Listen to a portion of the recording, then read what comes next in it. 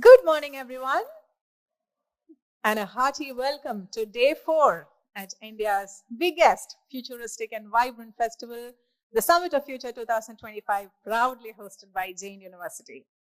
So after peeking into the future of education, technology, and Earth in the first 3 days, here we are at the halfway mark of the Summit of Future 2025 to discover the future of creativity.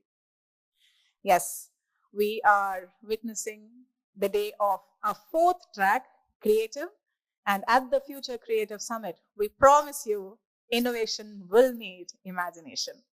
It is a rich tapestry of plenary sessions, panel discussions, workshops, masterclasses, fireside chats, and even a fashion show that's been planned. Are we ready? Are we ready for the future? All right, let's dive into the first plenary session at the Future Creative Summit, which is going to deliberate on the trillion-dollar dreams that are powered by creativity. And we're extremely proud that we have a distinguished panel of speakers here from diverse domains to give you their perspectives on this topic. So without any further delay, I'm going to bring them one by one on stage, starting with, very proud to present to you, Dr. C.N. Ashwath Narayan, former Deputy Chief Minister of Karnataka, who was in charge of higher education, skill development, and IT and BT. Hearty welcome on stage, sir. And it's a pleasure and privilege for the students of Jain University as well as the management is coming in.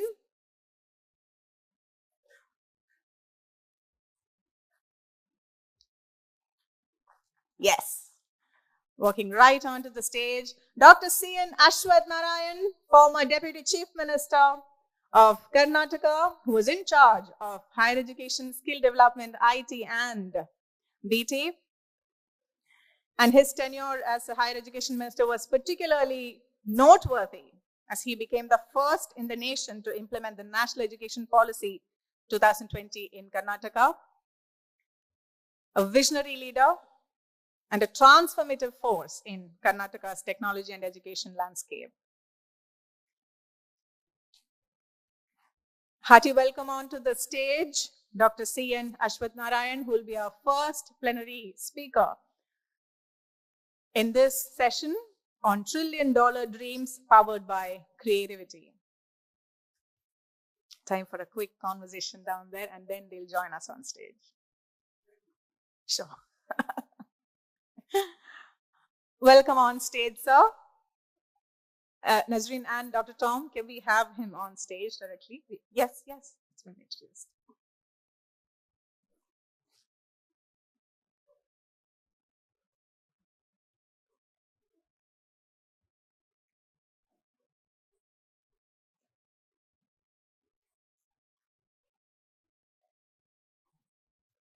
Sure.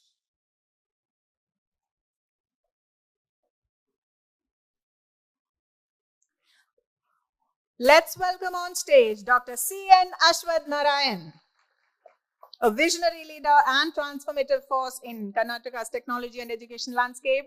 Jain University is proud to have you, sir. Joining him on stage is the Managing Director for Asia Pacific for Technicolor Group, Biren Ghose. Welcome, sir. He has over 25 years of leadership experience in the AVGC industry. And what a man to talk to us about creativity. Joining them on stage is Bose Krishnamachari, a man who needs no introduction to the Kochi audience, the co-founder of the Kochi-Muziris Biennale, India's first international contemporary art exhibition. Hearty welcome, Mr. Bose Krishnamachari.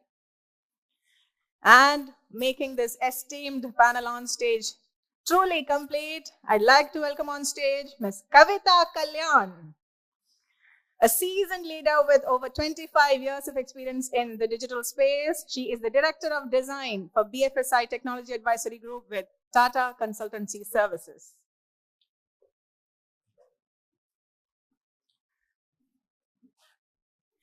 It's my privilege to invite our first plenary speaker in this session, A man whose tenure as the higher education minister was particularly noteworthy because he became the first in the country to implement the national education policy in 2020 in Karnataka, a truly visionary leader, Dr. C.N. Ashwath Narayan for you.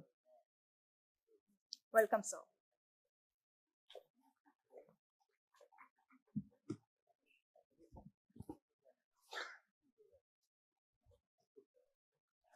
Good morning, dear friends, my young friends, and all the dignitaries who have come for the future summit of the creativity.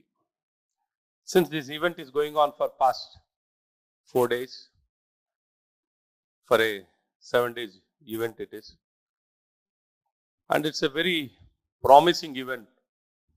What I have been hearing about this event is really a very promising, much needed for us to come together, see what's happening, because the world has been changing very fast. We need to catch up, and we need to see how best we can help ourselves, our society, our country, and the entire globe. Probably in this direction, the Jain University, Dimd University, my good friend Tom, always full of energy, always raring to go, do his best. How best we can enable and support the younger generation, and how best we can integrate, converge the best possible resource in a more positive and a better way to help and enable the right kind of learning and the ecosystem to be built. Probably in this direction, we have Biren, the animation king, who has made a huge difference since we all work together. AVGC is something which I could say as an IT and higher education minister, it is most important now. Technology and education need to come together to build a excellent talent and a promising talent. We should be of a global standards. We can't be no less to any other country, any institution across the world. Probably in this direction, we can't compromise. When it comes to the quality of learning or the skill development, we can't compromise. We can't say we need to be given some kind of consideration. There's no consideration. So, Biren, Technicolor, and we were able to work as a government together to establish a center of excellence. A center of excellence for the animation, for the design industry, for the media. It's really good, and we could see the kind of results we could witness, and it has made a huge impact. Probably AVGC industry in Bangalore has become the most happening place in the entire world. Probably we are able to develop our the most of the cinemas of the entire Bollywood, Hollywood. I think Biren is going to talk more about it. So we have established a very good studio also. Whoever comes there, they can produce a film, they can enter inside and go out with a product. That is the kind of infrastructure we have built, and it is sustainable also. We are, whatever we have spent, we are able to recover and manage and run it without no cost. And we are generating revenue also. So that's a good model where we can work as in a government and a private institution can come together, and Madam is here, and our Bose, Krishnamachari. I've been hearing a lot about him, about the Biennale, contemporary art, which has made a huge impact in particularly Kochi in Kerala and across the country and across the world. People like them make a huge impact. We need to come together, and the government cannot function in separation, in isolation, or the industry can perform in isolation. Both of us need to come as together, how best we can collaborate, work with each other for the good of the society and facilitate the industry's growth. Thereby, we can compete with the entire world. So the creative track today, what we are going to have today, is really the most important aspect for the society, for the industry, probably for the design industry, and for the media, entertainment, arts, for everything. In this direction, there are many aspects. what are the present policies, how best it has been, what are the policies, existing policies, how good it is, are there really policies have been made to enable, facilitate, encourage, promote the creativity in this particularly these fields with regard to the design most happening area and with regard to the media, arts and entertainment. In this direction, I think we need to work together with the policymakers, industries, investors, and the academicians and the education.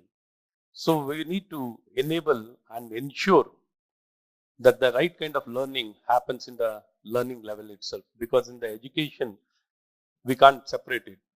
So we need to facilitate and ensure the opportunity has been given to the students during their learning itself. So we need to bring in multidisciplinary. The national education policy is a very promising policy. The third national education, it's not the first national education policy. This is the third national education policy, which is coming after 36 years. Probably that is going to address the challenges what the industry is facing, the education sector is facing, and as a society, we do face a lot of challenges. We have got a lot of good talent, promising talent. Even though there is a talent, a problem remains as in a problem. So we are all here to solve a problem. So that is all about the startups or the addressing every problem is an opportunity for us to come out with an idea how best we can solve the problems. We cannot be a part of a problem. We need to be a part of the solution, probably in this direction. That kind of, enablement should happen, facilitation should happen, how solutions can be worked out, how ideas can be brought into reality. For the ideas to be brought into reality, it needs a very good infrastructure, enablement, establishing more of innovation hubs and tech hubs and innovation hubs needs to be established so that whatever idea has to be brought into reality, it has to go through a lot of process. For that to happen, you need a lot of mentors and you need to get a supporting environment and a tailor-made facility for every sector. It needs in a different way. It cannot be one common facility for all sectors. So each sector has got its own challenges. Probably in this direction, we need to look into minute details. But looking into the minute detail and facility, if it is provided, it can make a huge difference. What we have seen in Karnataka, it is a rapid transformation, probably in a matter of few years. It is not and many decades it has taken. Probably what I could see during COVID itself, the growth of the startup industry. In Bangalore, we could witness more than 50 unicorns. What was the unicorns earlier in Bangalore? It was only 1 or 2 unicorns were there. In a matter of 5 years, we could witness 100% growth, 100,000% growth. And even the government intervention and the government policies made a huge difference when it comes to the Aadhaar, digitalization, UPI. All this enabled for the growth of the startup industry. The government plays a very important role. As much as even the talent, whatever talent might be there, you might be having the best of the best products. For that to get a market or enablement or facilitation or encouragement, the government policies plays a very important role. And the resource also plays an important role, but government policy has to be designed properly to facilitate the growth. So nobody can wait, because the investors, whoever is going to invest, they also see how best they can reap in the dividends and how fast we can grow. What is the policies available? Is it a right market? Is it a very encouraging market? All these aspects will be looked into, because we have a huge talent and a younger population of below 35 to 65% population. So seeing this population, we can't wait for too long. We need to act. All of us need to come together, act in a very fast manner. So these kind of events, summit, can make a huge difference, bringing all the resourceful people who are the leaders in various sectors coming together, working with each other, and hand in hand makes a huge difference. And we can't stay in isolation, because always staying in isolation doesn't help much. So coming together makes a huge difference. Probably that is a huge synergy or the convergence what we can see. So this kind of summit are much needed. All the industries leaders can look up to each other. We can see the talent here. You have come out with a lot of ideas. You are presenting your ideas. The industry leaders will come and interact with you and see how best we can support your ideas and encourage and mentor your ideas, how they can facilitate, invest, because we need investments also in a big way and encouragement. That will create a lot of confidence in each of the person who is having ideas. So I wish all of you all the best, and we need to work more and more to build a great country. Viksit Bharat can be seen with a promising talent like you, all of you, the most promising youngsters. So there's a huge opportunity. The sky is not even the limit. We can go bigger than that, and we can reach out to the entire world. We need not go to any other country to make our future. From here itself, we can cater to the entire world. All of them have been catering to the entire world sitting here. Probably the world has changed a lot, and there's a great opportunity. I wish all of you all the best. Do well. And I think the summit has made a huge impact, and it has gained the attention of the entire country and the entire world. I think Tom needs to be congratulated in a big way for his leadership, and the Jain University coming forward and organizing, and such kind of events should keep happening. And I think this will become a yearly event. I wish all of you all the best. Thank you.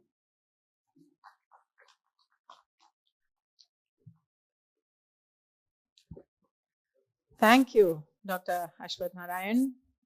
His presence itself is inspiring for us, and thank you in particular for the words that highlighted the need to work together and work hard. Thank you. Thank you once again.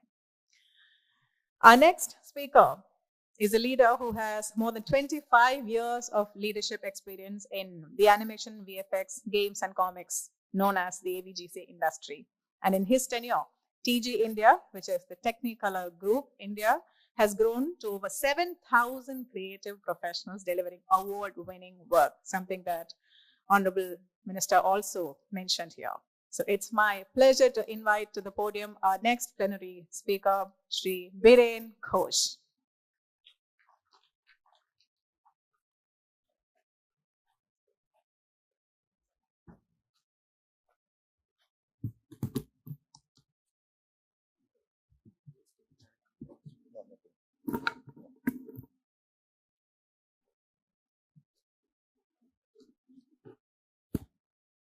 Can I have my first slide up, and I'm going to use the clicker. Thank you. Dr. Ashwath Narayan, inspiring, smiling, as always, guiding, enabling.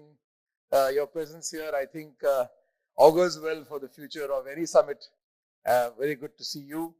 My new friend, Dr. Kavitha, who works horizontally across many parts of the Tata Consulting Services business, designing the future for them and for all of us, leading the world. My most amazing story about TCS is the fact that they do the engineering for Formula One, and I'm a big fan. So I know that when the races are on, there is a TCS under the hood, going around at a speed of sound. And of course, Bose Krishnamachari, I met him here a few times when the design week was going on, and currently he is masterminding the Biennale here. But the good news is that day after tomorrow, he is going to open his new facility in Whitefield in Bangalore, where I live and work. So that is going to be a great opening, and look forward to welcoming you to Bengaluru. So that's also fantastic. I must thank Tom and the entire team for a brilliantly organized Summit of the Future. And I would like to start by saying that I don't know if you know what $3 trillion is in rupees. $3 trillion in rupees is 26 million crores. Think about it.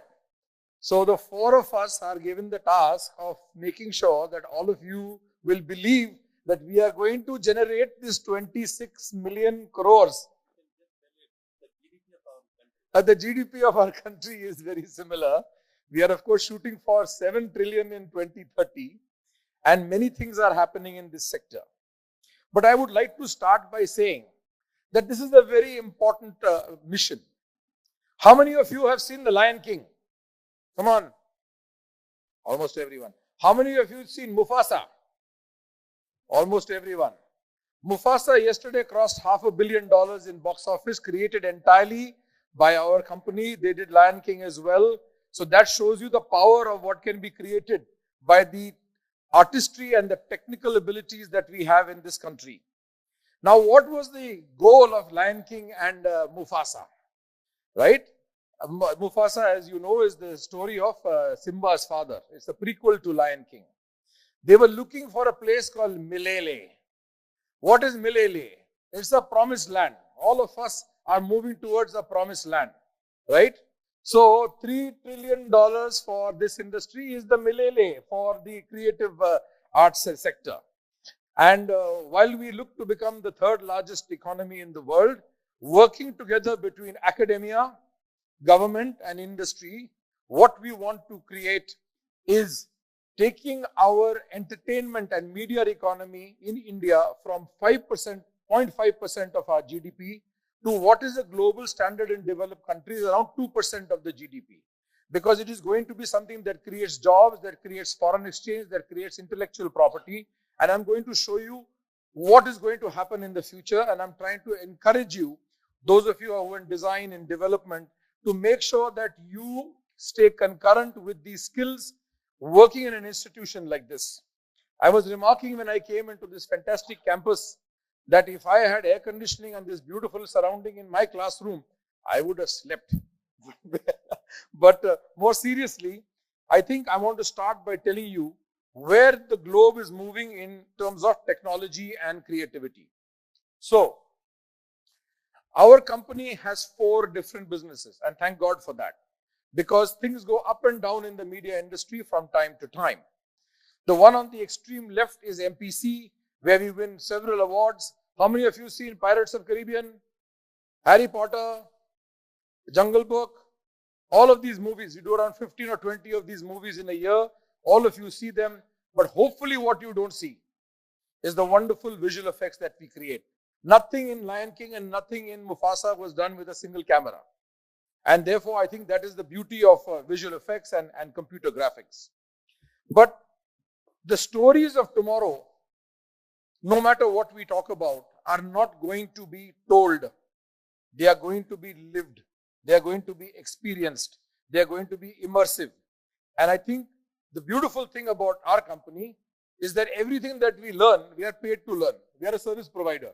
So we work with all the top studios, all the top game publishers, all the top brands in the world. They pay us, we learn.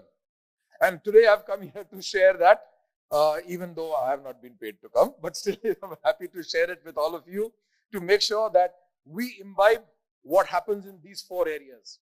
In the mill, the second one looks like a factory, it is supposed to, it is the mill. The mill is the largest producer of short film in advertising, in experiential and in visual effects in the world. We create 2,500 ad commercials per year for every large company, from fashion brands in Paris to automotive companies to Meta to Google to Apple to everyone that you can think of. And that gives our team the experience and the ability to play with new technology, new tools, new techniques, etc. We design, we produce, and we deliver all those commercials out of our global system. In Micros, we do the fully animated movie. Anyone here seen Kung Fu Panda? Everyone. Anyone seen Ninja Turtles? Everyone. Anyone seen Mickey Mouse? Everyone. Produced every day in Bengaluru, only in Bengaluru, for the whole world. So that is where we learn how to do the fully animated movies, because that's what we do for the world majors. And finally, Technicolor games. Anyone has heard of FIFA, the game FIFA? Everyone. We have been producing FIFA in Bangalore, only in Bangalore, for the last 16 years. The video game of FIFA has been produced for 16 years. As you know, the huge difference between 1 year and the next in terms of quality. So that gives you an idea of why I'm going to say the next 10 things to you, because we learn from that every day. And success and failure depends on the fact that audiences, box office, people who are in brands, they can test what we do by the success of that particular product all the time. So my next point is that what we are seeing today is three things. One, non-linear narrative forms. You don't start a story and finish it, like my speech. You actually make sure that we give you something that you play with and you create your story out of it. Many examples are coming up for you. The second is personalized. What you will take away from a game is different from what the other gamer will take away from it. Because you can choose in real time to go and do what you want in that particular game. It's an environment for you. When we come to the 2030 edition of the Summit of the Future in this hall, we will not be sitting like this. These screens will be all around you on the top and probably also at the bottom. And you will be finding from whatever I'm presenting, it will probably be pre-packaged and you will decide what to listen to. You don't have to listen to every single slide of mine because you will choose what you want from that whole thing. So that will happen here and it will happen all over the world and it will happen in every format where there's a screen. So I'm going to start by playing you one reel which gives you our 2025 work and some of the work that we've done across all of these four spaces. If we can play the reel, I'm playing the reel, put the lights down please. Thank you so much.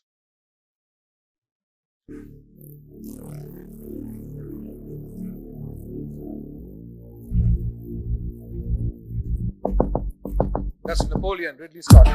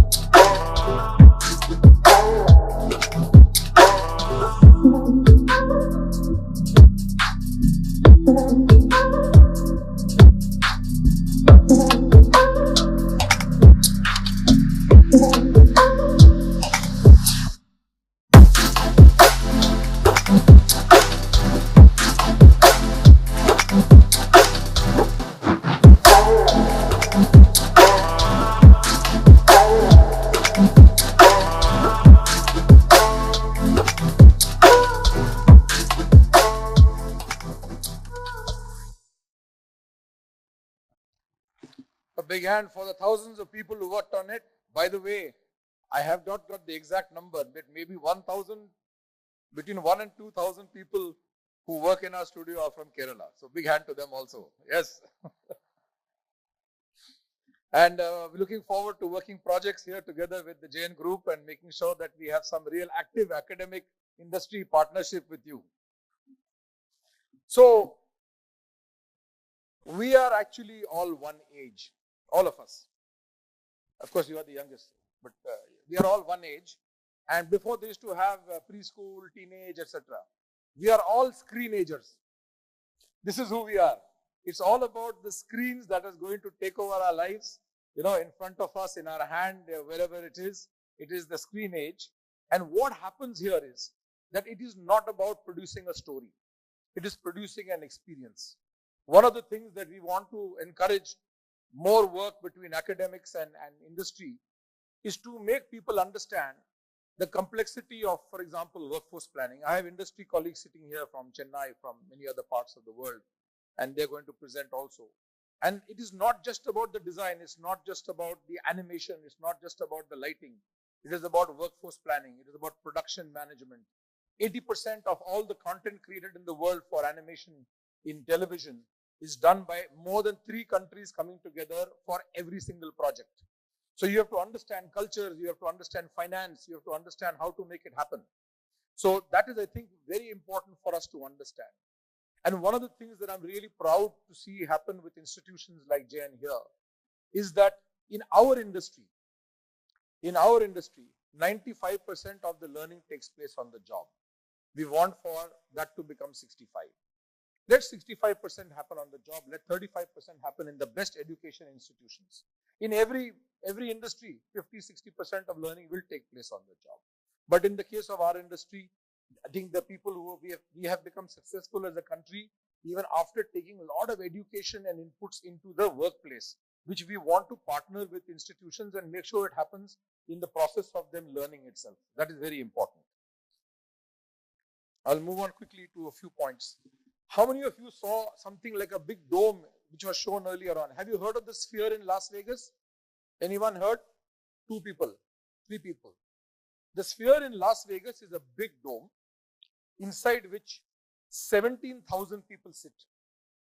It has got LED, almost 480,000 square feet of LED screens.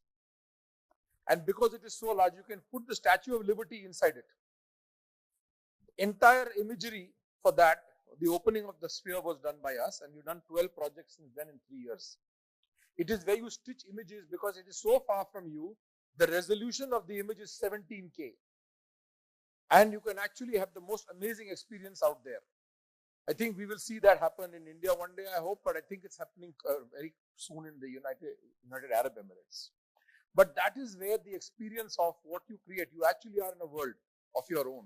And that is the kind of levels to which imagery is going today. And in the future, you will also be able to interact with them through AR and other things. You know, I wore a pair of those new glasses that came out from Google, and it is just amazing to see how you can take pictures from it, video from it, control volume from it, and so on and so forth. Currently, it's $400, but I'm sure we'll get something for about $10 or $5 the way things are going in the AI world. So, creativity is as much about connection as it is about creation.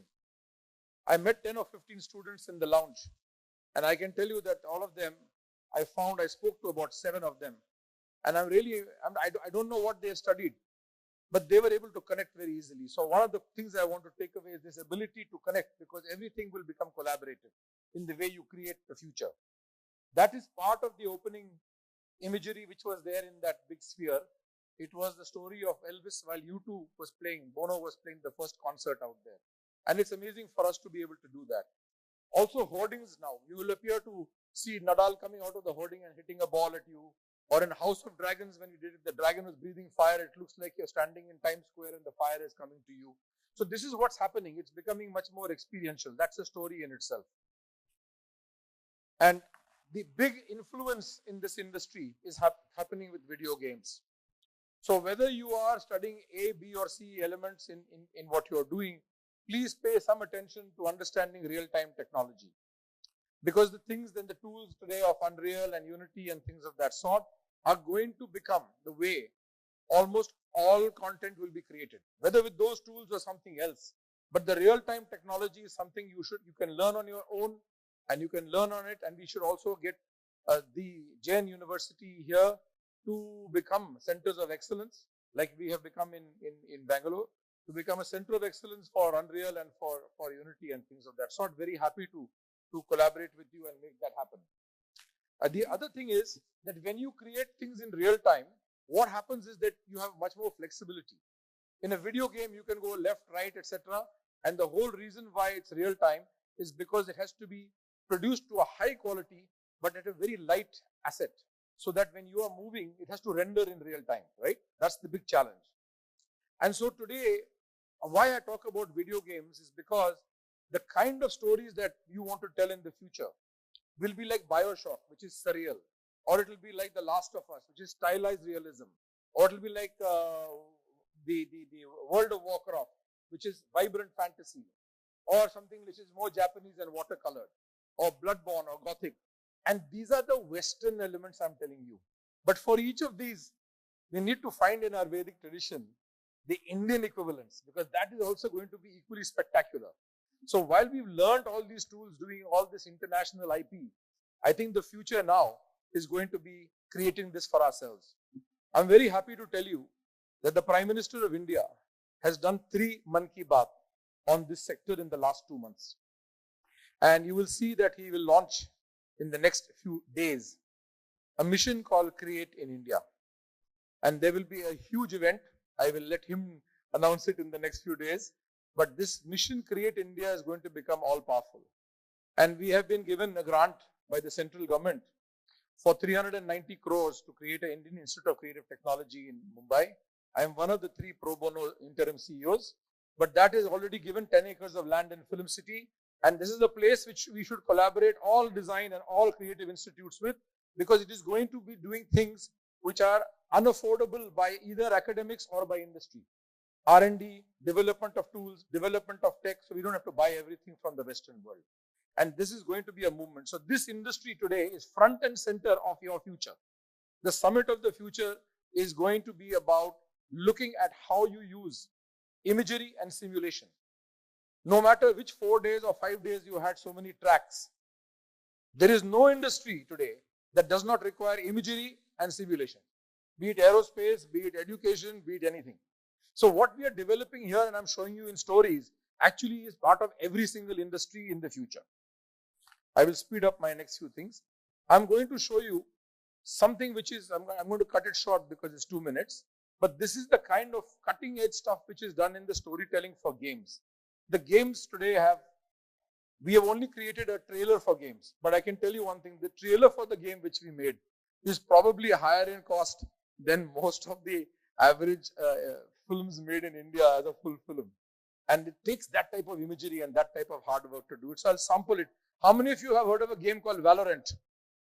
Many of you. This you would have seen as the trailer, but you have not seen it on a screen so big. So I'll cut it short in between.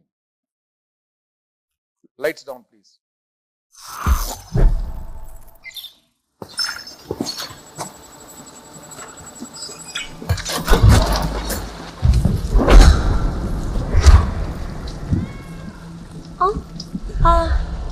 미안. 오늘은 어묵 남은 게 없네.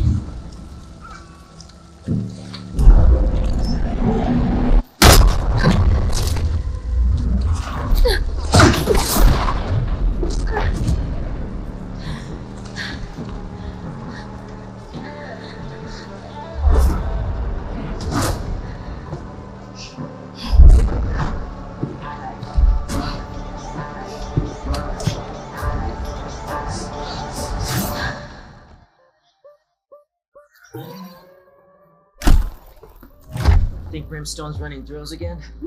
That, or he forgot his password.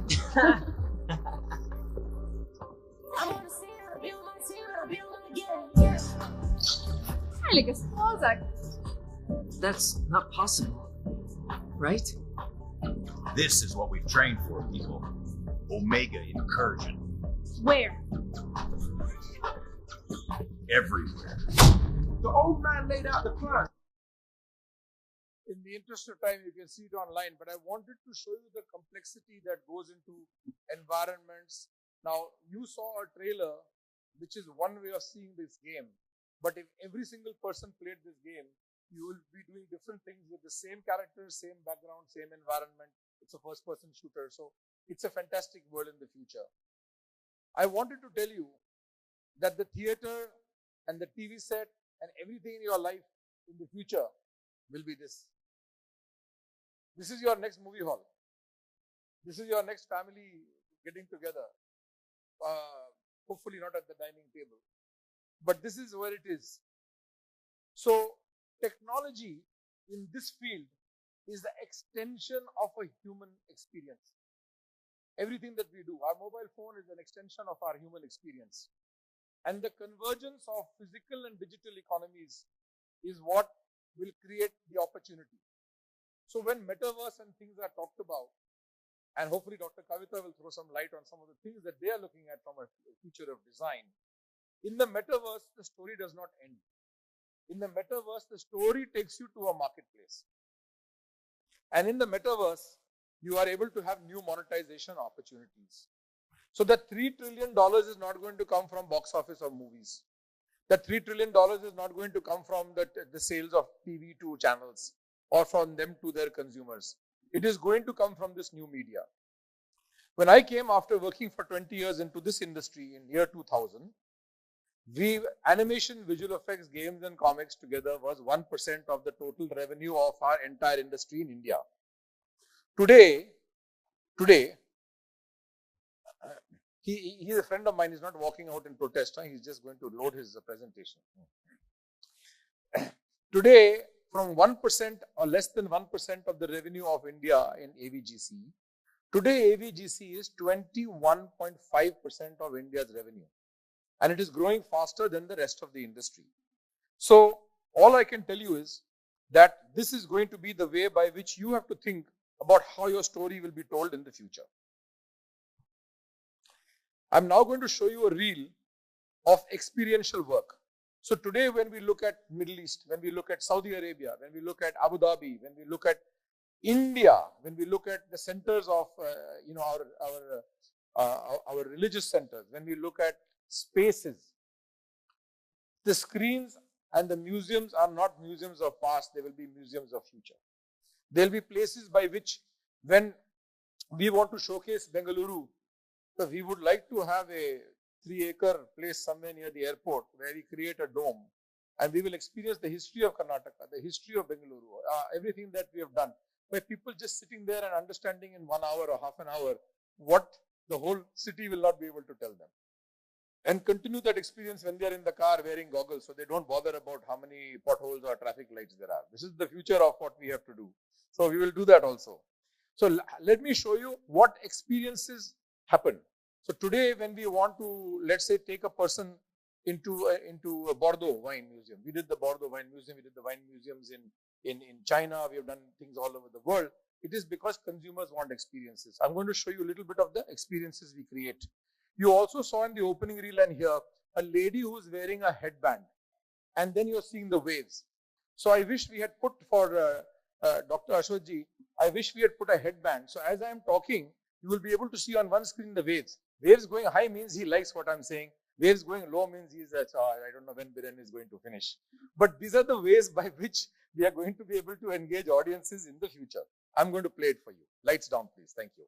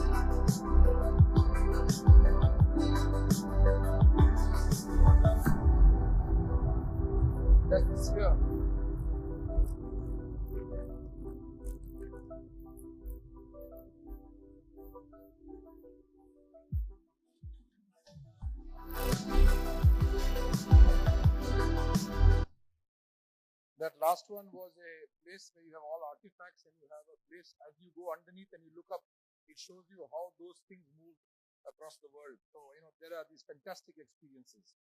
But now I want to come to the most important point. How many of you watch Instagram Reels? Very few, huh? Oh, almost everyone. Okay, hands down. How many of you watch Instagram Reels for more than 20 minutes a day? So, that's my first point, everyone. My second point, which is the largest streaming channel in India? Shout it out.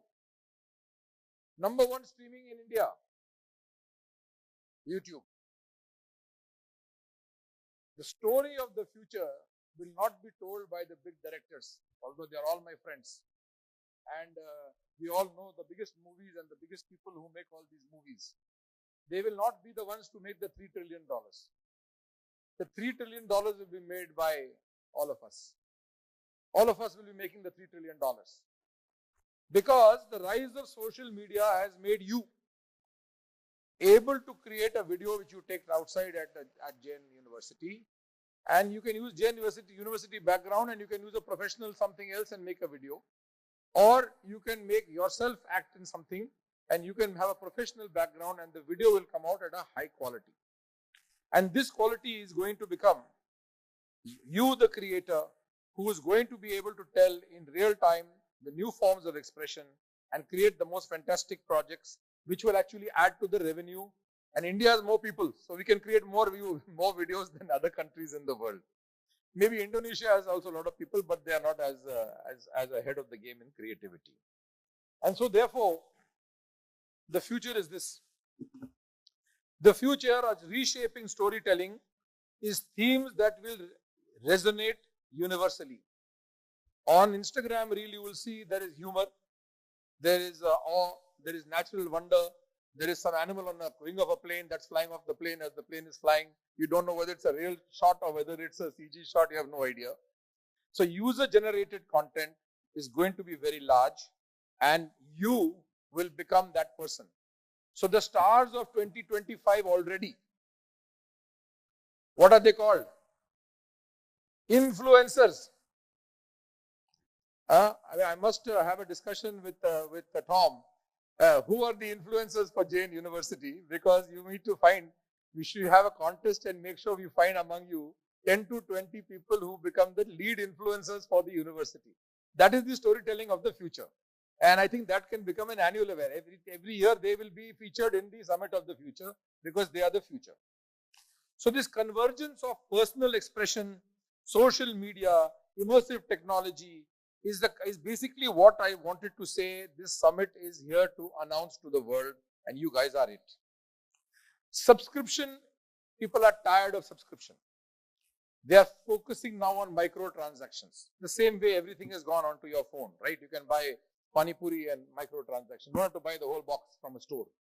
The same way, all of the storytelling will become microtransaction, ad supported in an immersive marketplace. And I must tell you that while people say the conventional advertising is dying, actually the ad spends of 2028 will be 2x of 2020. So it is absolutely going to be driving the story further. The streaming channels, even the biggest streaming channels in the world, are not able to find their acceleration anymore. And it is going the way where we talked about earlier on. So I'm going to end with my last 2-3 comments to you.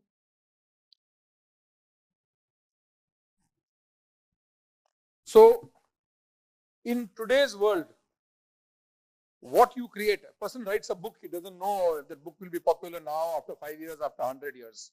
But today, all of what we create in creative, you know instantly whether it is fueling the passion of people, whether it is exciting, whether it is responding to the cultural shifts of what we see.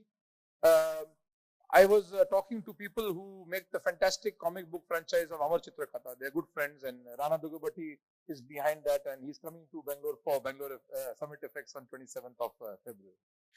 But now suddenly you are seeing there's an anime craze in India. So people are saying, why anime? It is Japanese. People used to say, why Mickey Mouse? It is American. But we have to be able to tell our own stories, and you guys have to make it happen.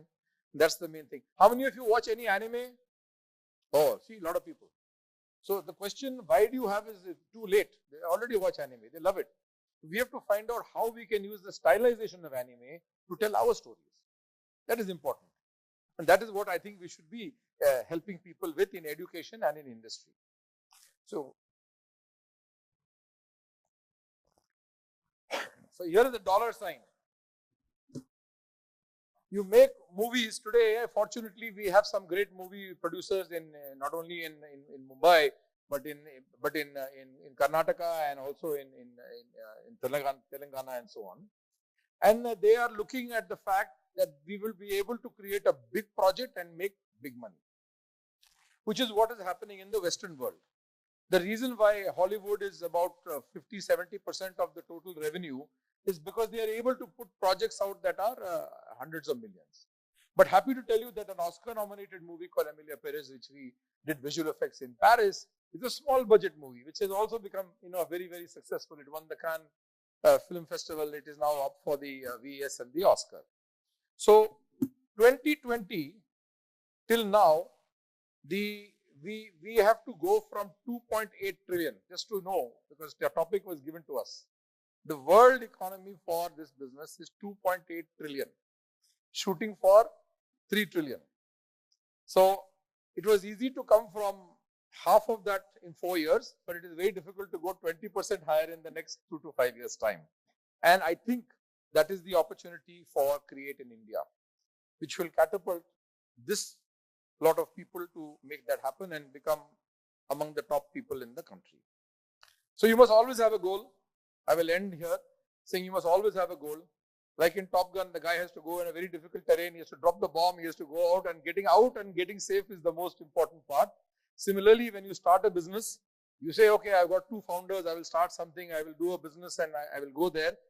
That's easy. You are going to go and drop the bomb. But for you to escape and be profitable and survive and continue to fly, that is the challenge for entrepreneurs in the future. So I wanted to end by saying that we have a big program called Elevate. We give 100 people startups money in Karnataka. There are many, there is a startup session. I'm invited to Calicut in a few weeks' time. There is a startup Kerala mission there also. And we are helping to judge and evaluate people everywhere. But I want to give you one warning. Please chase the vision and not just the money. The money will end up following you. When Mr. Tom started his business of getting people to tie up for higher learning with international colleges in India, it was a vision. Many people were doing it. But the way you execute your vision, the money will follow.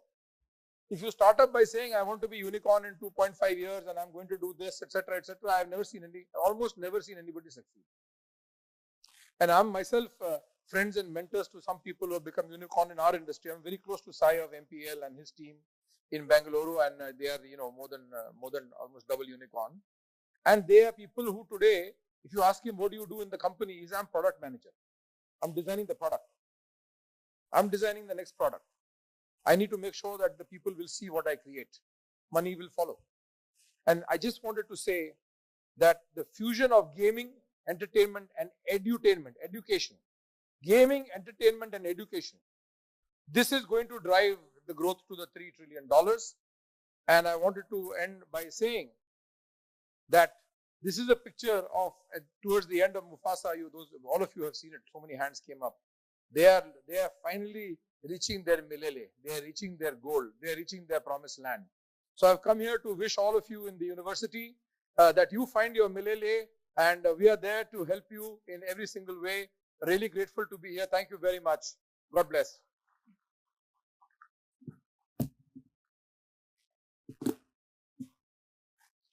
Thank you, Mr. Biren, for taking us into a futuristic world, indeed, one that of great promise, great excitement, and fascinating, right? As he took us through those 4 wings in his Technicolor group and spoke to us about the work that their organization does. It was goosebumps moments for me, and I'm sure it was for many of you as well, to understand that such kind of phenomenal work is happening from Bangalore in our country. So loud round of applause for that. Our next plenary speaker is a prominent Indian contemporary artist and curator. and his artistic vision, as well as his curatorial expertise, have established him as a key figure in the global art circles. Very proud to present to you Bose Krishnamachari. Hearty welcome, sir.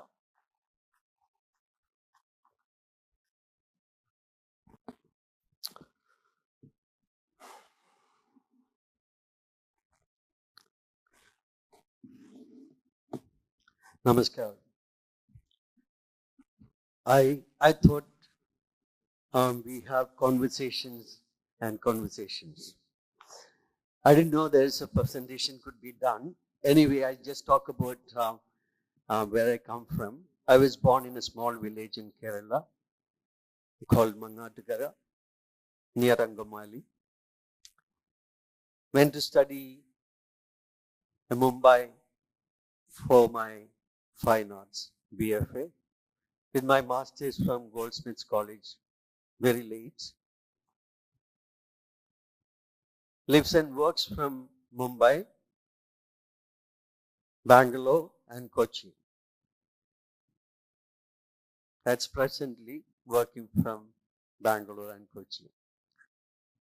Live with 2 children. Both of them are inclined to be, one is interested in making film, other one is interested in contemporary visual art. My wife was from income tax department. It's a kind of standing in front of you, listening to amazing, inspirational, not influential, inspirational presentation from Mr. Ghose. Such lectures, such presentations, I wish we had it earlier in our school's time. You are lucky to have people coming and presenting amazing vision. Actually, every molecule is almost like a vision. That's what he presented. And here it is, few experience, come from a small village and, wanted to talk about where my place is like in Kochi. I supposed to be in Mumbai. In 2010, then Culture and Education Minister of Kerala had visited my home in Mumbai. That was the beginning of, my return home kind of things happened. Sri M.A. Baby had visited home over a conversation. A lot of things we discussed. And he said, you guys, I have introduced a few other Keralite artists who are also based out of Mumbai, very successful, but many of them are not really, people who never used to talk about in Kerala. So these friends got together and then having a conversation with Mr. Baby, he suggested, he said that you are all very successful in your career. What is the best thing can be offered to the state? That sounds very simple. What can be offered to the state? It's not trillion or million or billion, but the idea is $1 billion or $1 trillion idea we suggested. Vision for Biennale. What is a Biennale? Biennale means, it's a simple word. It's an Italian word called Biennale. It means every other year, every 2 years, it means. Now it is known as a kind of cultural term or an artistic term. There are film biennales, theater biennale, architecture biennale, design biennale, and all those things are happening. I don't know how many of you have seen Kochi-Muziris Biennale.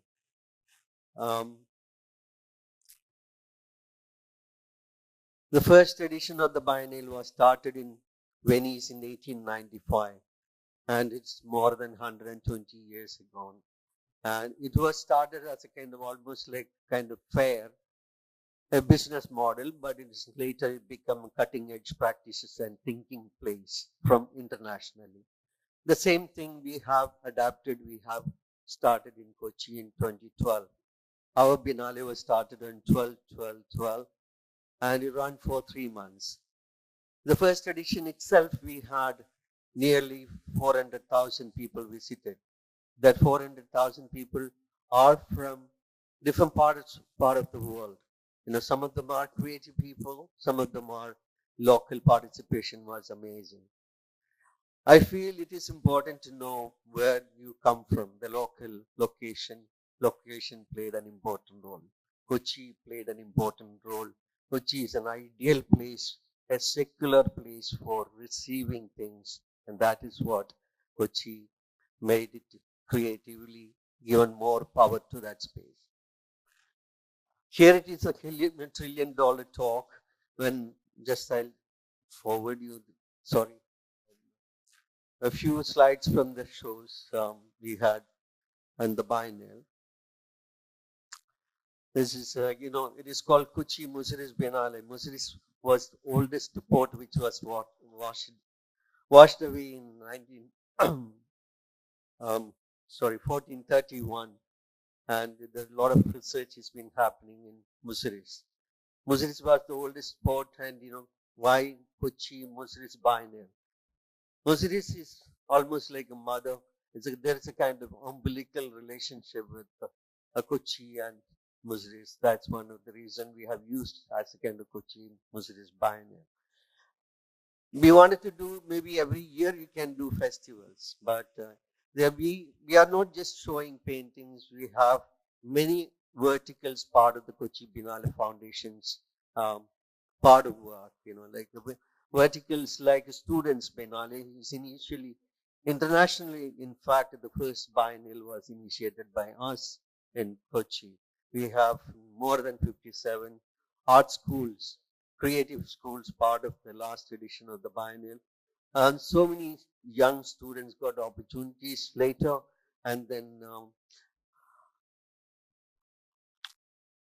Kochi became almost like a kind of people's biennial because the participation of the local community and education is one of the most important aspects. The second, as I said, the Students Biennale, we have also another program, educational program called ABC, Art by Children, that art rooms created in different schools. We believe that it is important to come creativity. All the creative verticals should come together in one place.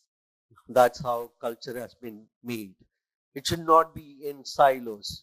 You may be a poet, but like what I have seen earlier years is that most of the people get together for their, poets get together for poetry reading sessions and things like that.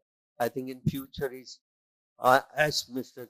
Biren suggested, Ghose suggested, collaborations and collectives make a future creative industry. Creative industry, when we talk about, there are so many things we can talk about. Success stories can get inspired from. For example, when we talk about,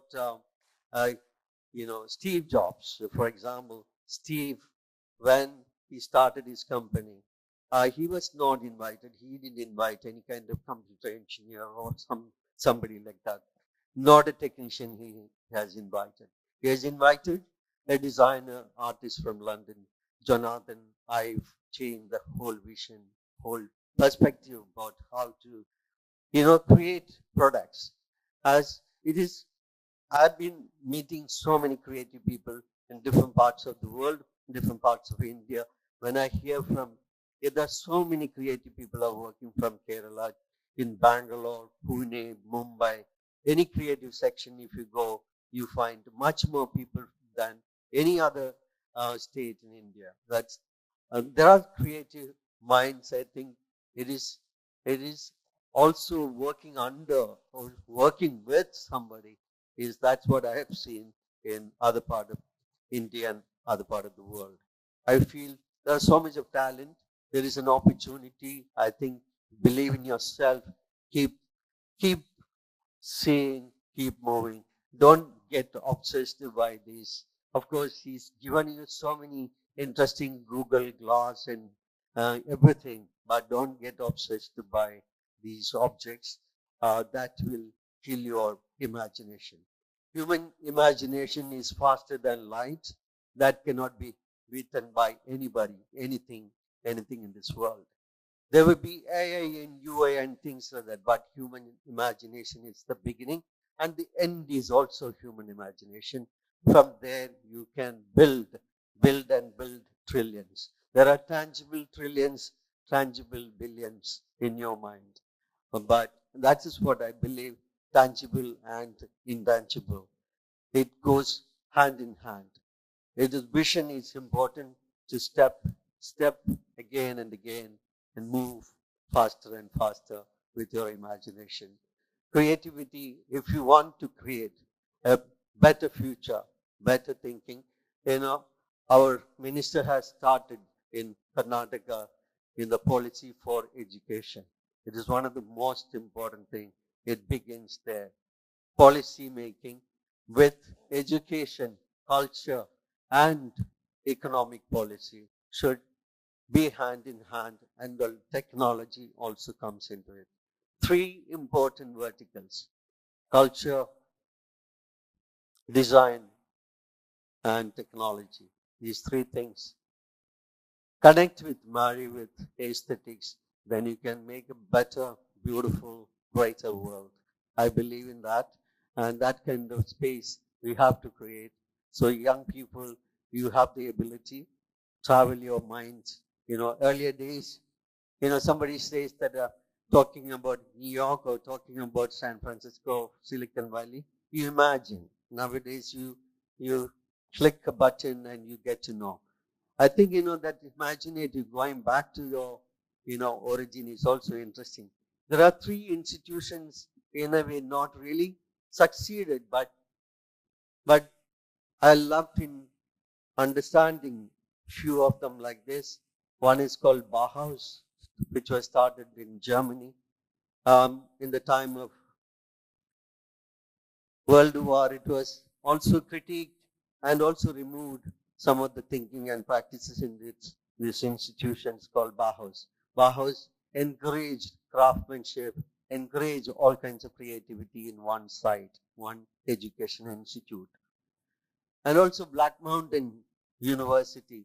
There's so many incredible minds came from that university, but that not sustained that education institution. But it is important to get into the liberal way of education. I think you are in that space.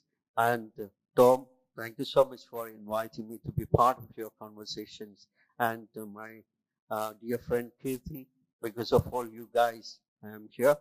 And it was wonderful to listen, both of you. Amazing, Biren. And but again, I wanted to say, don't just obsessed by imagination of gods and goddesses, and also the objects which you have it. This 6-inch or 4-inch objects can kill your imagination. So be yourself. You are the boss of your life. You create and make a better world. Thank you so much. I haven't done my Kochi-Muziris Biennale presentation here, but sorry about that. I was not aware of it. We'll catch up 12th of December in Kochi to see the Biennale, and the Biennale end on 2026, March 31st. So you have a lot of time, 111 days. You can experience it. Welcome you students. You get a great opportunity to face intellectuals from around the world, thinkers and practitioners from around the world. Not only painting, sculpture, installation, technology, all kinds of stuff will be there. Thank you very much. Thank you, Mr. Bose Krishnamachari. And what a potent trio did he invite our attention to, culture, design, and technology. And I'd like to bring to your attention, sir, that we also have a student Biennale going on in our Jain University campus. So if time permits, please do visit us for a humble effort. Thank you. Thank you for that.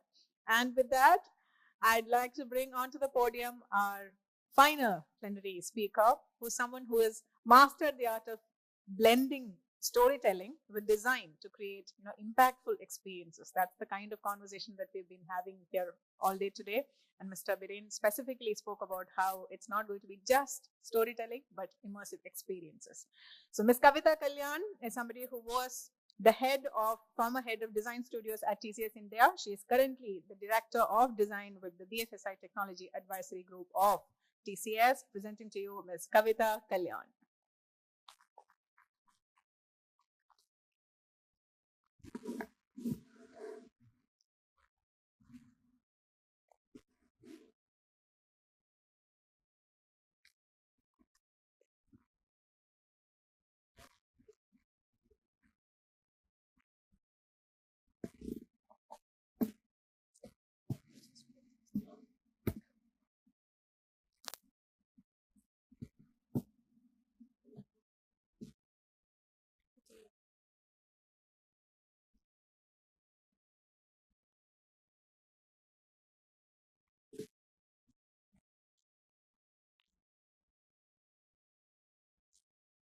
Hi, good morning, everybody. I'm not sure if we're still in morning. Yeah. Hi, good morning, everyone, and thank you so much for having me over.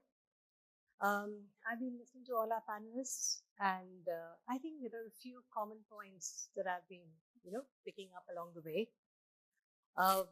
We belong to various facets of creativity. Our outputs are, in various forms of expression.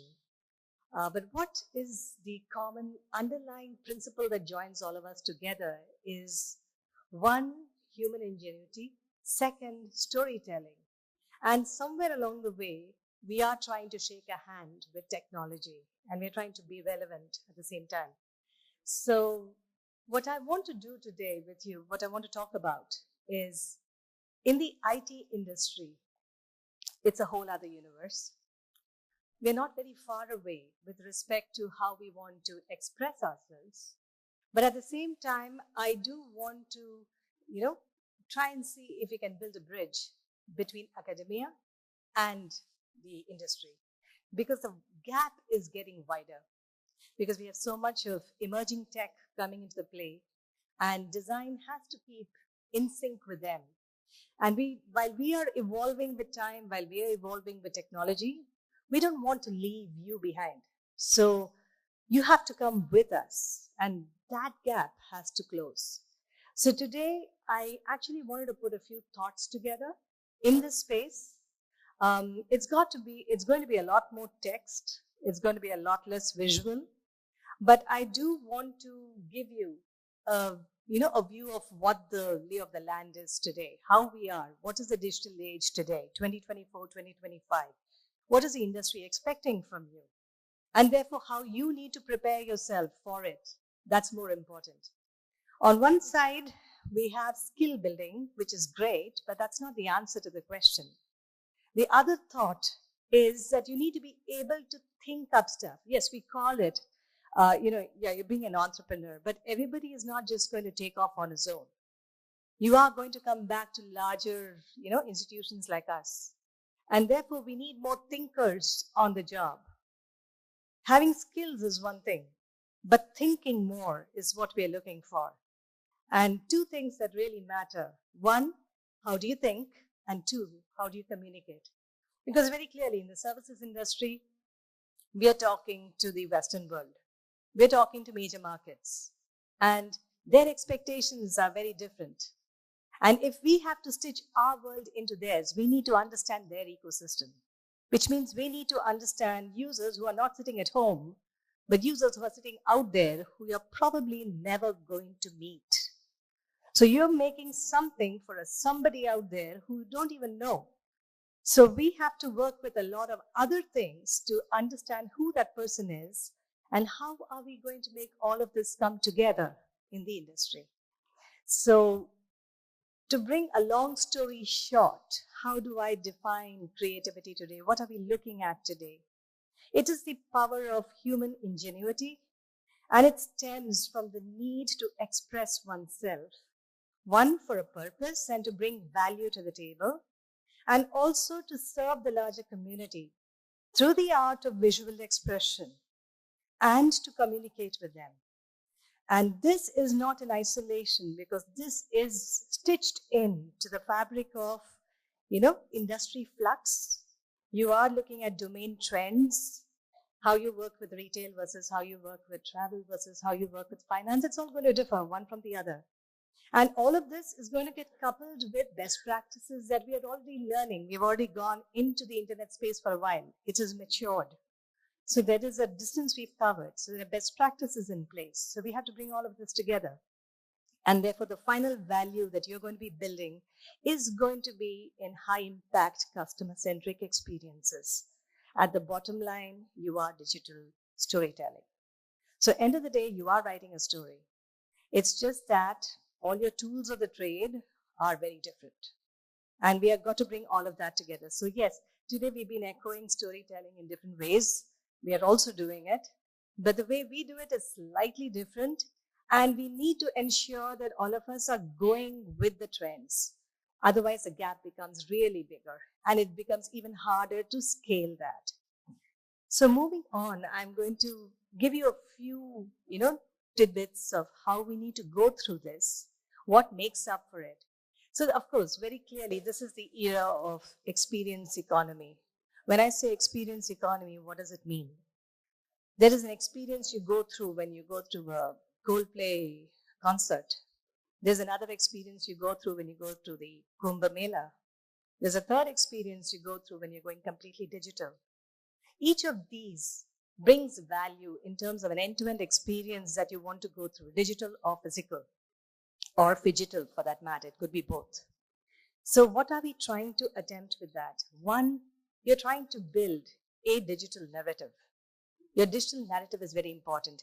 And I just want to demystify the fact that when it comes to experience design, colloquially we call it UI UX, but the actual word is experience design. The discipline is far bigger because you might have heard the word design thinking, but there's also service design and interaction design. So all of this comes together into one big whole, a bunch of processes that put it together, different disciplines that come in one after the other for you to get to view the, the larger view of it, bird's eye view, and how you granularize it into your actual work. So it's very important that you understand these things. So what we're looking at is an entire story from a design perspective, which does have a visual output, but yes, it is aesthetic, but aesthetics is not the only thing that matters these days. It is very important to know that you're bringing your design together on a foundation of data and emerging technology. We cannot do away with that. That is the fundamental thing. So when you come in and you want something personalized for you, you're actually looking at how, a person's profile is going to be looked at. Everything is based on who you are and what you do. And that is the data that we collect. The data gets collected from 20 different places. But the main point is that the data is going to form the Lego blocks of the entire picture that you're trying to paint. It is important. So you need to warm up to it in some form. Yes, I do know that some of the disciplines in design advocate user research, so to speak. User research is good. It was always good. But there's a catch here. We're in 2025. We're not in 2000 or 2005. In that period, user research made a lot of difference because you didn't know anything about anybody. But today we are sitting on data. We know who they are. I come from the banking and financial services department. We know every individual in there. We know what he does. We know how he spends. We know how long he's there. We know whether he's a fraud or not. We know everything about him. So the data is up front. We know every transaction of that person. So when you do user research, it's not enough. You need to know more. So the entire user profile is a complete concept which brings in user research data as well as the data that you have from the system itself. You need to warm up to a changing spectrum. We look at research, yes, but it's not isolated. So it has to be a combination of things. More the information you have, richer the experience. Because now it's moving to another level. We are getting into things like personalization and a whole lot of other things that are coming in. You're going to have to work through all of this, and aesthetics won't be the only answer you look for. So it's a definition of, how do you go past that? So as designers, let's just start opening our minds up that you have to embrace data and technology a little bit. You don't need to code. I don't code. You don't need to code, but you need to understand what you're dealing with and how it can basically impact your storytelling capability. So next we go into, okay, I have my story. How am I going to sell it out? All of you have mobile devices. Some of you look at laptops. We have a kiosk when you go to an ATM. You probably go to a bank branch when you want to get something done. In fact, over a period of time, you probably haven't gone to a bank half as much because you've done most of your stuff on your mobile phone, right? So there's a shift in your behavior itself as an audience. We are using digital more than physical. We don't go to the bank at all. So as designers, we need to look at the reality as it stands in front of us. How are people engaging with us? What are the touch points? It's not any one application. It's a group of applications. It's an ecosystem. So designers need to think in terms of an ecosystem, not necessarily limit themselves to either one mobile app or one website, or you don't limit yourself that way. You have to look at the entire spectrum. And that's how we ensure that the solution we are offering is covering everything. So it's every touch point we look at and we cover for that. So that is exactly how the entire unifying experience comes into play. And when we look at that, for example, I'm not sure if you guys are familiar with the word omnichannel. How many people have heard this word? Briefly, omnichannel. Okay, I would really suggest you start reading. So you're actually going through that experience of omnichannel. Okay, all of you must have binge watched on Amazon Prime at some point in your lives. So what are you actually doing? You started off with the television. Somebody came into the room and then they took over the remote. So you walked off and now you're looking at it on your mobile device. You're probably at season 5, episode 13 or something, and you continue from there. What's going on? The data is real time. You just moved from one device to another. You're still watching it. You didn't have to go back and start all over again. An omni-channel experience is, it's channel agnostic, meaning it doesn't matter which device you picked, television or mobile device, it doesn't matter. You start from where you last left off. So it's very important in the industry, in the IT industry, that you warm up to these terminologies. You need to have to know them. You need to know how it works because your design is dependent on it. So it's not just about the aesthetics of design. It is about how it is actually going to roll on the ground. So omni-channel is, it's one keyword that you really need to start knowing and start looking at because it's going to affect your design. You're not just designing for a website, you're designing for a mobile app. And the mobile app could be responsive or it could be a native app. There are very many possibilities. I won't even go into immersive reality. I'll stay away from that. But I just need you to start understanding that these are prerequisites when you come into the industry. They will be taught to you in some form, depending on when you enter and how you, scale up along the way. But it's always good to know what's happening in the industry today. And these are very commonplace for us. And I know this is a gap between the academia and industry today, is that we need to bring you with us so that some things are already understood. So when you're looking at channels, it's important to know that the spread is getting bigger and that you need to be aware of each of these and how each of them work.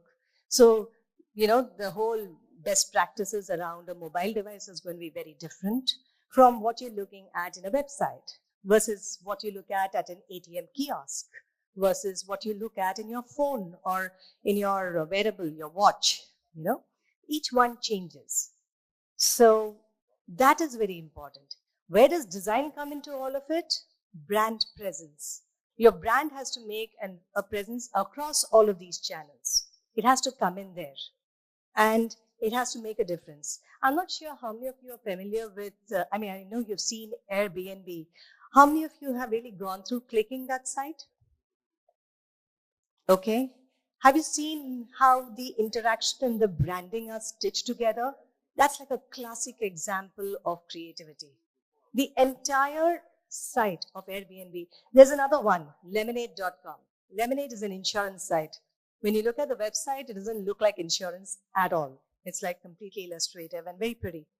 So what these two sites have done is they have basically taken a minimalistic approach, absolutely white, neutral shades. But it's only where you go to the point of interaction that the brand color decides to show up. And it's a bright pink. It's a bright pink for both. But the way they've used it, that brings in a lot of creativity, a lot of thought.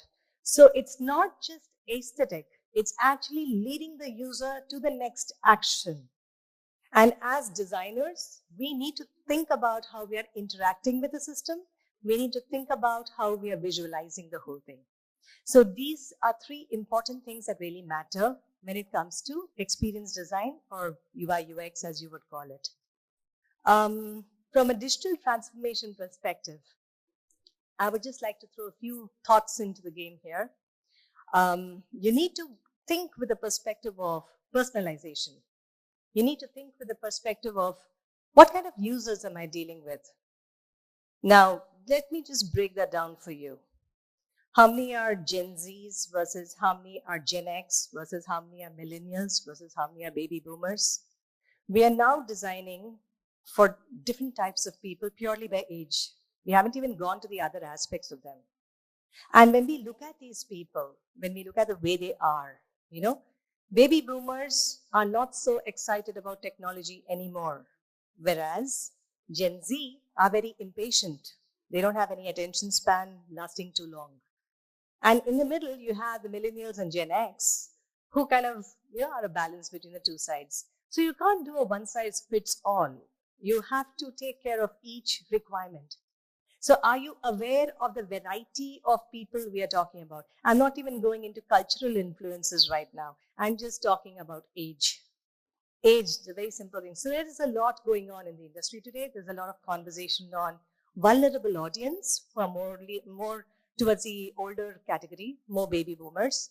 But we have to worry about them because they're there to stay. They're using technology. So essentially, all of this matters. And, when we bring all of this together, personalization comes in. How do you deal with the user's behavior when they go through the application? And this is one part of it, which is what are we trying to achieve? And then there's this whole process of how are we trying to achieve it? You are probably already going through that in your classes. That's already there, part of your curriculum in terms of processes. But even these processes need to be upgraded with time. Last but not the least, I just want to bring in a flavor of Gen AI. Gen AI has come in to disrupt everybody's lives. DeepSeek has been the latest to, shake up the apple cart. So what's in it for us, and is anything going to come to affect us? Now, the thing is this,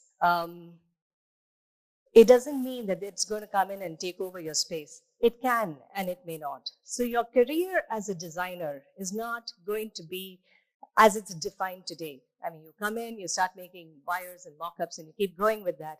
That might not be your future. Your future might be that Gen AI is actually producing that mock-up, and you're going to become a curator who fixes it. But you still need to know the best practices to get there.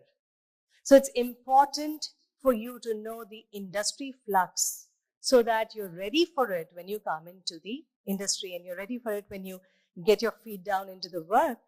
There'll be a flux every 6 months. You're going to have to get used to it. So before I end, I want to give you a story on one of the, case studies that we did for Tanishq, one of India's large jewelry brand. And what we did was, of course, it was in the retail space. We created a very personalized experience for them. And this was during the COVID time. So the stores were completely not operational. So we had to take it completely online and make an online experience for people to come to Tanishq. And we were trying to see if we could provide an omni-channel environment, which means that you can log in from any device that you want, and you can continue with your transactions. You can go through it. So we were looking at an omni-channel experience, and we were also trying to see how we could make it more discoverable. At the end of it, we also had one more problem to solve. Tanishq, by nature, is, they have focused very heavily on their physical stores. So their brand is focused towards a physical store, not as much digital. So when we walked into it, we figured out that they were AA non-compliant with accessibility. And that was across the site. We had this mild light ochre sitting on a white, you couldn't even see it. And what we realized is that Tanishq brand was very focused on the physical shop, on the physical store, and they were not really looking at their digital counterpart. So what we did is we came in and we kind of told them that we could actually take their brand into what we call a design system. I just want to see how many people have heard the word design system. Okay, guys, really start reading. You got to get warmed up to the net. So design system, very important. How many of you heard the word Figma? I'm talking a tool here. Okay, Figma should make you do design systems. Aren't you not in it? Okay, Figma will get you there. Guys, please, design system, you have to start there. You have to have your portfolios that at least showcase something. You need to showcase that you are aware of it. Brand converts to a design system. You need to at least have that much to get into industry today. I mean, I'm not even talking Gen AI right now. I'm just saying basic, basic starting point has to be with a design system. So just take that very, very seriously. So with this story of Tanishq, we actually transformed their design system. We built a design system for them, and we changed their entire branding. And we moved, they just flipped the colors, of course, but we transformed that into a completely compliant, accessibility compliant website. So I'm just going to show you how that happened.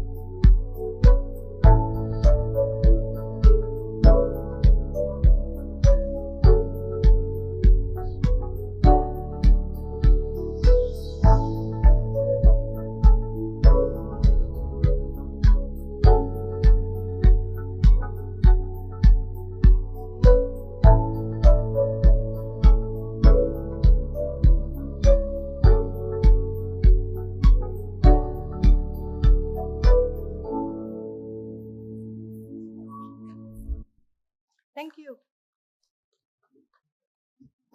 Are there any questions for us?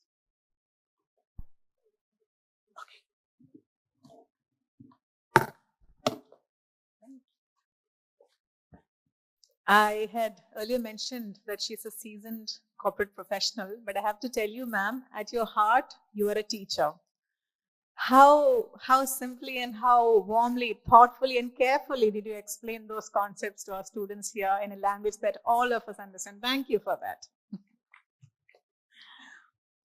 Now that she has showed us a campaign, not really a campaign, but a rebranding, complete overhaul, and design systems thinking that went into the Tanishq brand, we would also like to show you something small.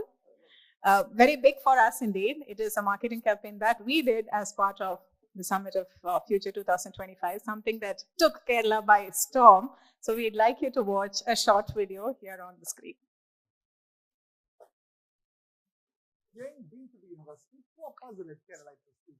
Their full page ad in all leading newspapers carried likely front page news of 2050. Prominent among them that paper currency would be banned from February 1, 2050. Keralites, famed for 100% literacy, went to a tizzy.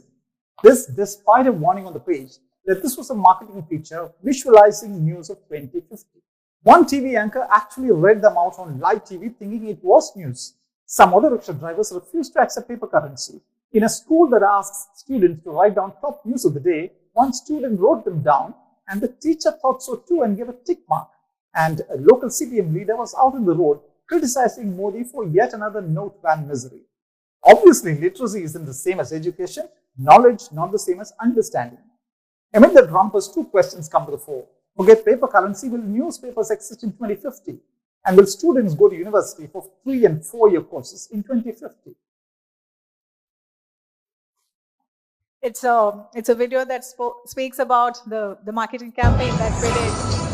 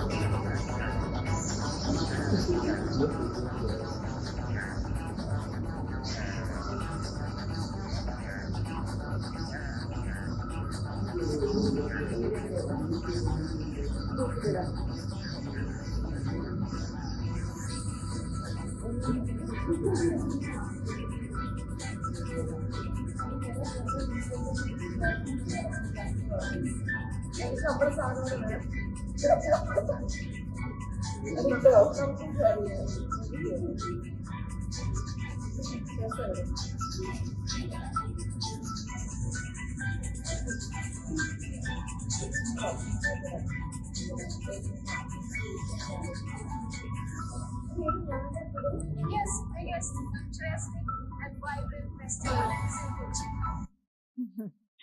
We're delighted that we started our Summit of the Future on this futuristic note, and we are very proud to be presenting to all 4 of you on stage. I think we married culture, technology, and design there. And now we're opening the floor for questions. Lots of students here, eminent guests here, anybody who wants to ask a question. Yes, we have a gentleman Hello. there. Hi. I just wanted to first thank all the panelists for a fantastic talk today. I guess my question mostly has to do with the ethical implications of all these technologies. I want to point out the amazing campaign that you guys did, the ad that says all paper currency will be banned. I think that's a fantastic example of misinformation and a point where these technologies start to blur the line between fiction and reality. I guess as storytellers here, we all understand the power of storytelling and how the stories we tell shape our reality. And I also want to point out how Ghose mentioned that.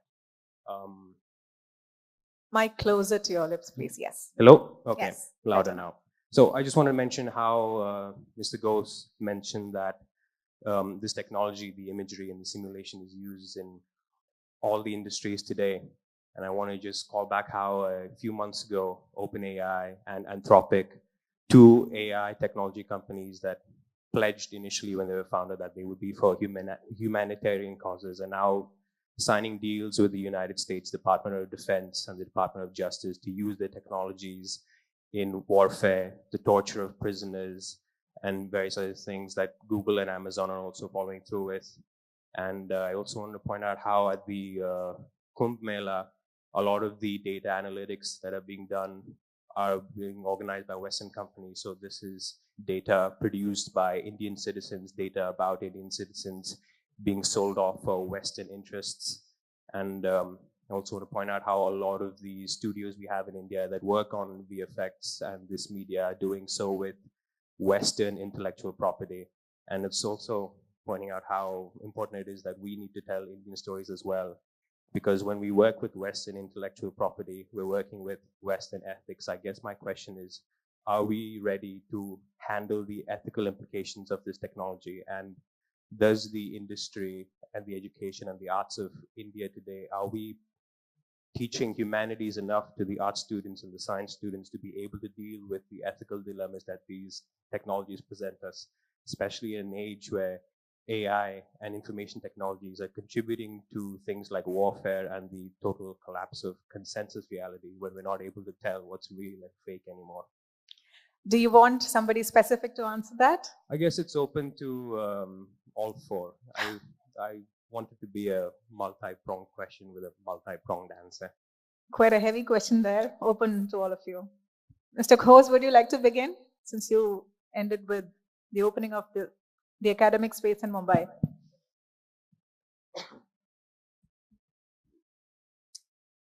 I am a senior citizen, so I was able to catch only 14 questions there. But that's on a lighter note. They are all legitimate. I must tell you that the most innovative people in the world are the crooks. So when Elon Musk buys X and they have an annual security budget of $110 million, but in the first few months, 2 guys went and hacked it. And there is a book presented to me by Michael Dell, whose conference I have been attending for the last 8-10 years every year. It was a long time back, maybe about almost 12 years back or 10 years back. He gave me a book called Future Crimes. And the book Future Crimes talks about how these guys will always be 2 steps ahead of everything that you create, which is why you need to have security of all types. Before I come to the specific security question of yours. So whether it is a bank, whether it is the bank, whether it is a government department, whether it is, everyone is trying to protect personal and corporatized information to the best that they can, but it is not 100% proof, which is, I guess, why you have insurance. Now, the point that you are asking is about, there was some confusion in your point which I want to clarify. First of all the companies sitting here and my friends, from Phantom and others are also here. Everyone who works on creating services or IP they use international tools and technologies, for which unfortunately we pay a lot of money as license fee, but it is all legal, by the way. So whether we create a Western product or an Indian product using an Adobe or an Autodesk or a Foundry or whatever the case may be, it is legal. The second point I wanted to make to you is that as far as the development of those tools are concerned, you may perhaps not be aware that when I went to Tycon in Silicon Valley in about 2003, almost 20 years back, and I met the CEO of Adobe at that time. By then, 90% of the development of every Autodesk tool was already happening in Noida in India. So the engineers of India create that for the Westerners. It is for anybody in this room and anybody on this stage. If we started using those engineers ourselves, we can also make those tools, but you have to compete against Adobe in that case. And you can do that in the old-fashioned way of saying we will not allow Adobe to sell in India, which is not the right way. The government today is liberalized and we want to make sure there's a level playing field. So the tools are also created by our intellectual talent, but it is done for them. Similarly, let's not forget that services in India today has overtaken everything else, including manufacturing, because the IT industry, which actually came from the fertile soils of Karnataka, but it is all over India today, this industry started by doing international work. So while the end product of what they create may belong to the clients abroad, the know-how to do that, whether it is TCS or Wipro or anybody, when we create the Lion King and Mufasa and everything else, the IP belongs to the West. But there is no company in the world that can create creatures and quadrupeds like us. And the ability to create quadrupeds and to create creatures and to create fire and water and fur and crowds and in that is ours.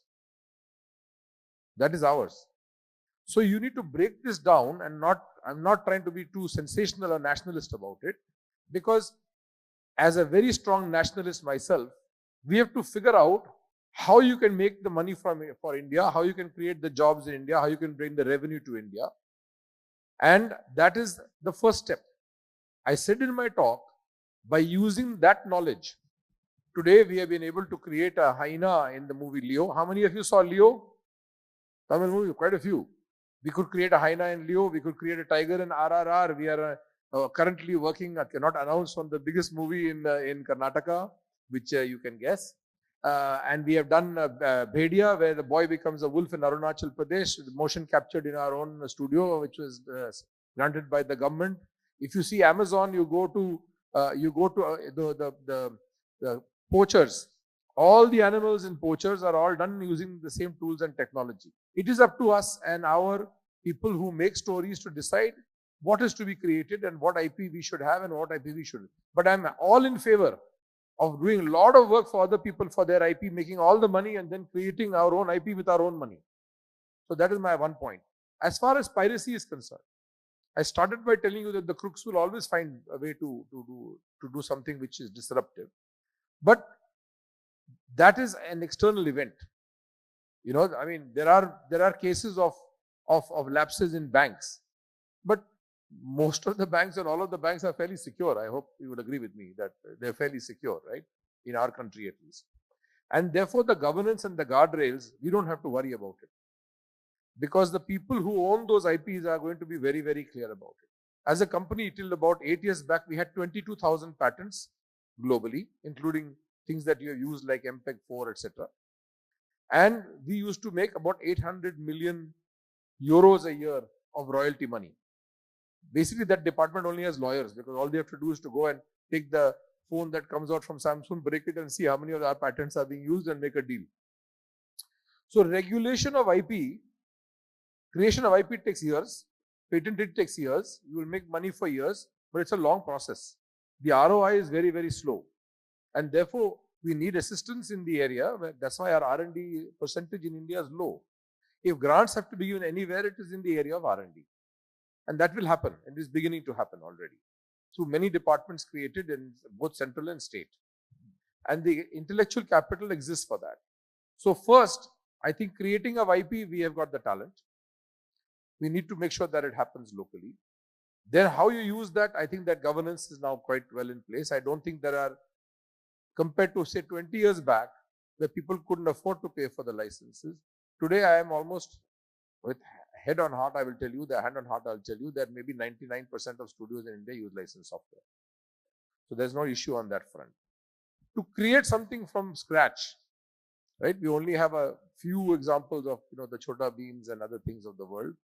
That is going to change, because that's where the assistance is required. And that will happen because the platforms that I told you of distribution, the platforms of distribution, whether it was Cartoon Network, Nickelodeon, etc., these were the international channels, but you perhaps know that Doordarshan has now launched the Kids channel, and Waves has become an OTT channel launched now by the central government. A lot of opportunities for you to do that. The other point I made is, please do not wait for anything. Create your own content, go on YouTube, try and make your money. Today you have all the tools to do it. Prove that you can do something, and you'll be obviously taken for a higher thing. That's all I can say on the answer to that question. I pass it to anybody else.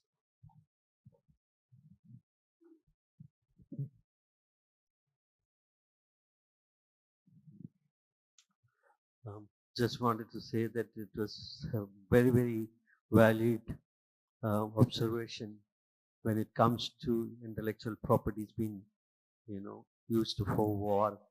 The creativity is being used for, in certain places, nowadays it's being used by people. I think I have no answer, but it is important to create policies that definitely everybody is looking at it from the home ministry onwards to foreign ministry. Everybody must be looking at all these kind of aspects of it. What is belongs to us is anyway belongs to us. That is our imagination. I would keep on saying that. Your question is really relevant.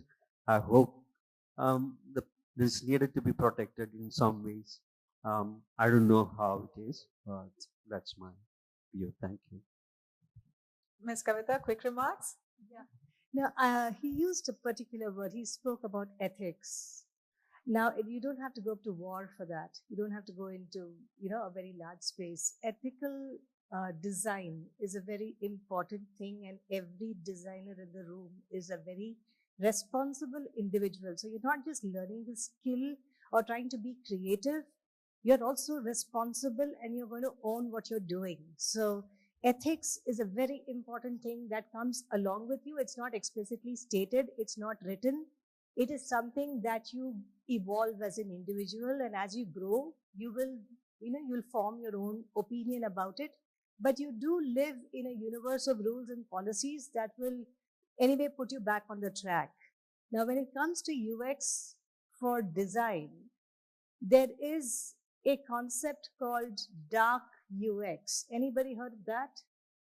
People, someone, put up your hand. Dark UX. Okay, dark UX is basically when, let me give you an example.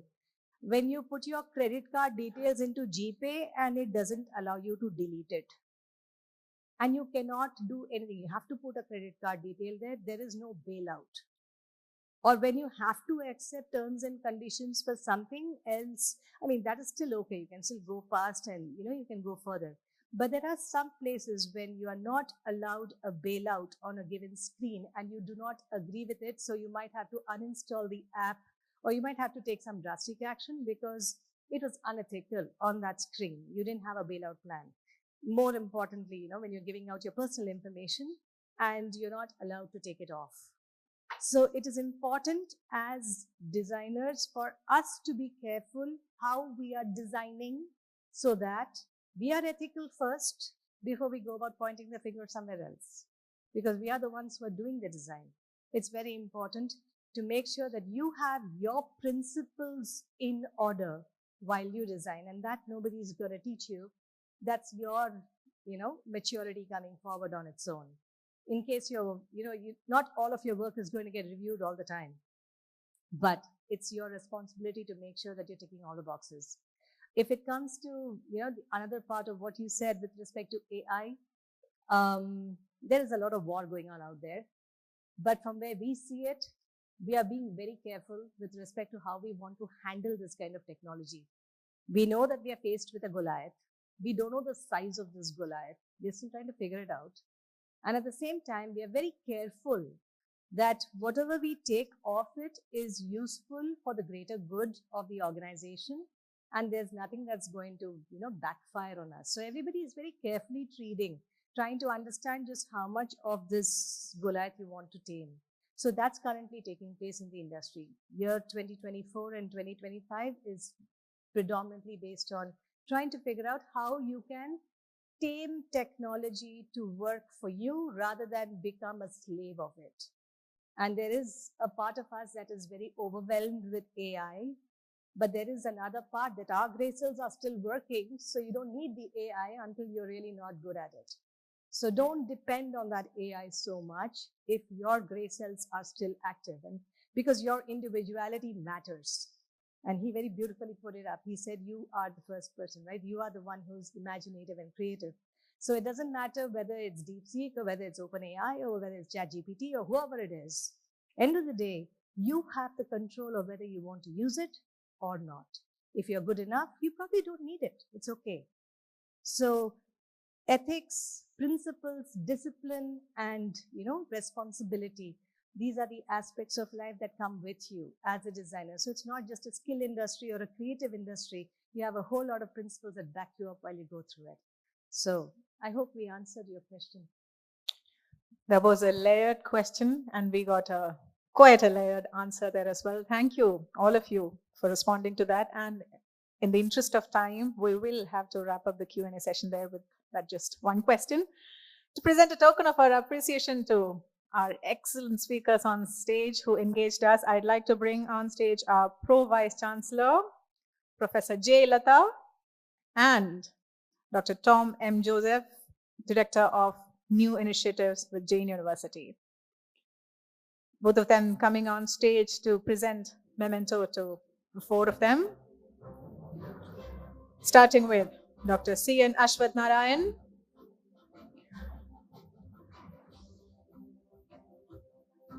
Honorable former Deputy Chief Minister of Karnataka,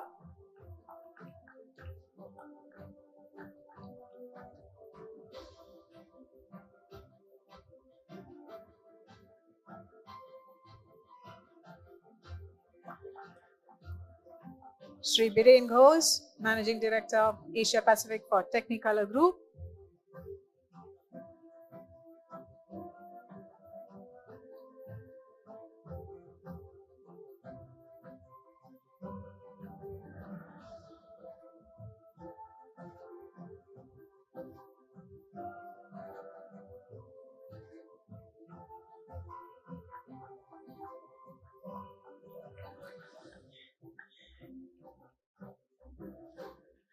Bose and Biren.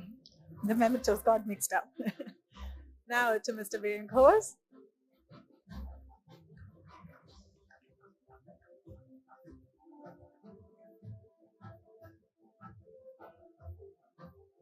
And finally to Ms. Kavitha Kalyan.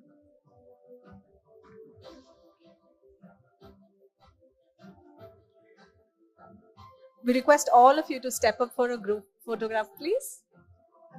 Please take the center stage and let's have a group photograph taken to capture this moment for good.